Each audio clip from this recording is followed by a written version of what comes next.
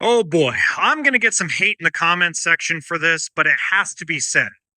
One of the harshest realities of the RV industry, the RV lifestyle, is even if a manufacturer stamps a fifth wheel, not a travel trailer, that's a whole different animal, a fifth wheel or a truck camper half ton capable does not mean every single half ton truck can do it.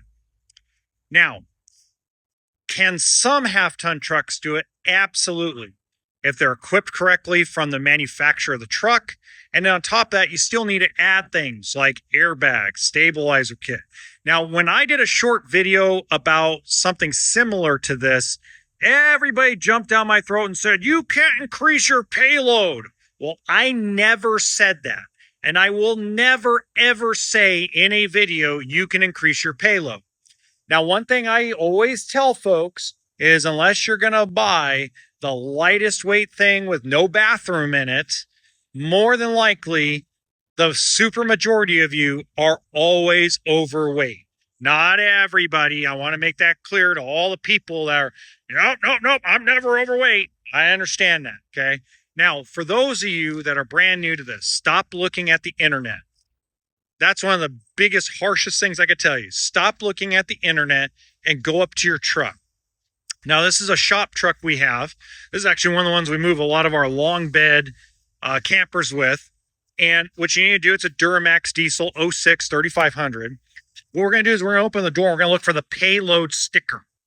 Now, the payload sticker is not GVWR. Stop looking at GVWR. Stop that. Come right over here to payload. So this is a dually truck, and it only has 4,370 pounds of payload. That's it. Now, technically, I could put a 4,100 pound camper in the bed of that truck. Is it conducive to what the truck can handle and should handle? Probably not, right?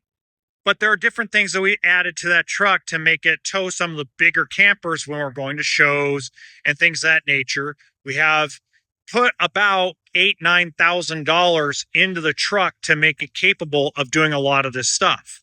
You could simply go to your truck door, go inside, check your payload capacity, and stay within it, right? Now, there are some guys out there that are a lot smarter than I am that have figured out how to engineer their truck to do more and do better.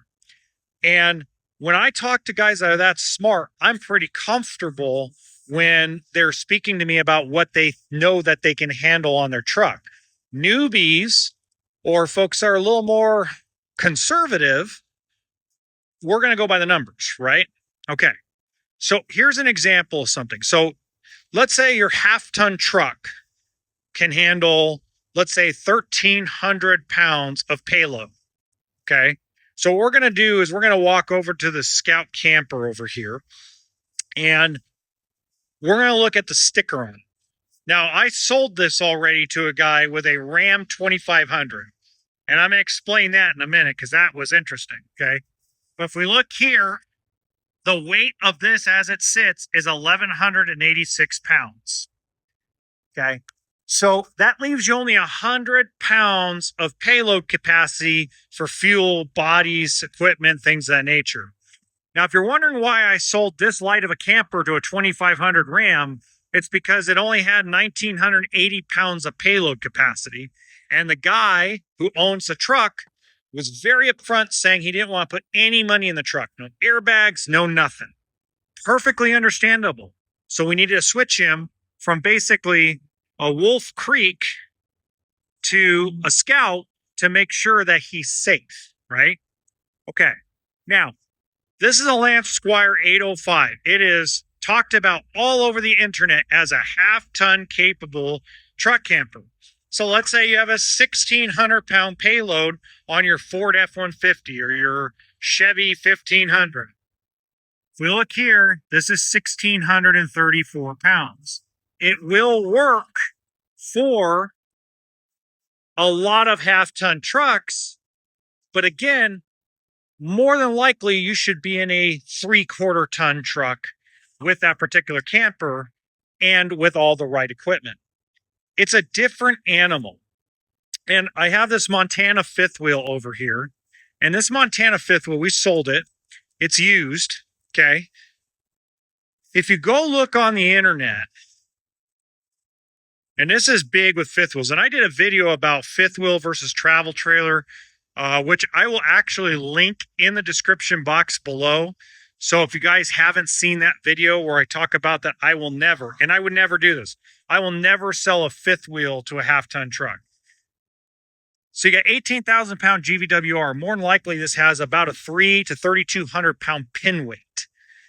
Pin weight, like the weight of a camper, goes against your payload.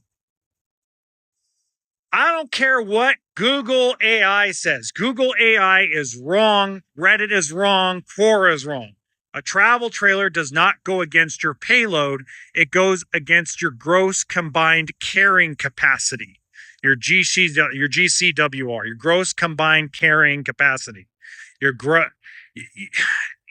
It's basically, if you take the weight of your truck, GVWR, and subtract it from the capacity, that gives you your towing value.